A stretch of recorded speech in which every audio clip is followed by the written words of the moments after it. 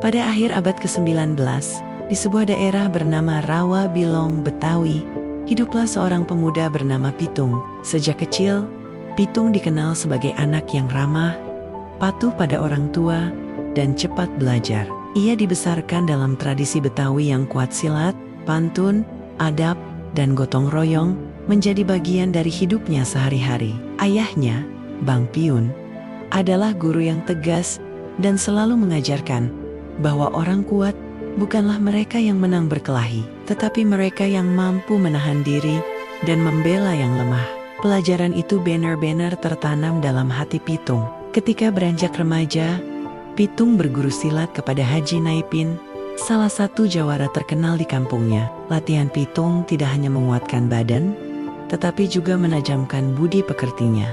Pit, ilmu silat bukan buat gagah-gagahan, ilmu ini buat nolong orang, bukan buat nyakitin, begitu pesan gurunya. Namun saat itu, Betawi berada dalam masa sulit. Pemerintah kolonial Belanda memberlakukan pajak tinggi, memaksa rakyat kerja paksa, dan merampas hasil panen. Banyak warga kampung jatuh miskin, kelaparan, dan hidup penuh ketakutan. Pitung melihat penderitaan itu setiap hari, dan hati nuraninya terus bergejolak. Suatu ketika, seorang rentenir Belanda bernama Tuan Dulkes menindas keluarga miskin hingga mereka kehilangan rumahnya.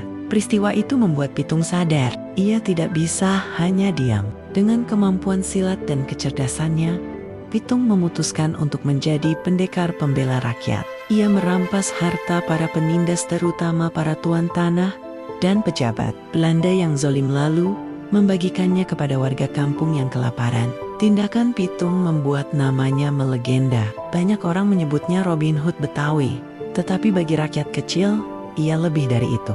Ia adalah harapan. Setiap kali Pitung muncul dari balik pepohonan atau atap rumah, warga kampung tahu bahwa bantuan sedang datang. Namun, Belanda tentu tidak tinggal diam. Mereka menganggap Pitung sebagai pemberontak yang mengganggu kekuasaan. Kepala polisi Belanda, Komandan Shaw, memerintahkan pengejaran besar-besaran. Berkali-kali perangkap dipasang, tetapi Pitung selalu lolos berkat kecerdasannya dan bantuan warga yang menyembunyikannya. Suatu hari, seorang sahabat dekat yang dikhianati bujukan Belanda membocorkan tempat persembunyian Pitung. Maka terjadilah pertempuran besar di rumah panggung kecil dekat Rawa Bilong. Pitung bertarung gagah berani, melindungi rakyat yang mencintainya. Namun karena jumlah musuh terlalu banyak, akhirnya Pitung tertembak dan gugur sebagai pendekar.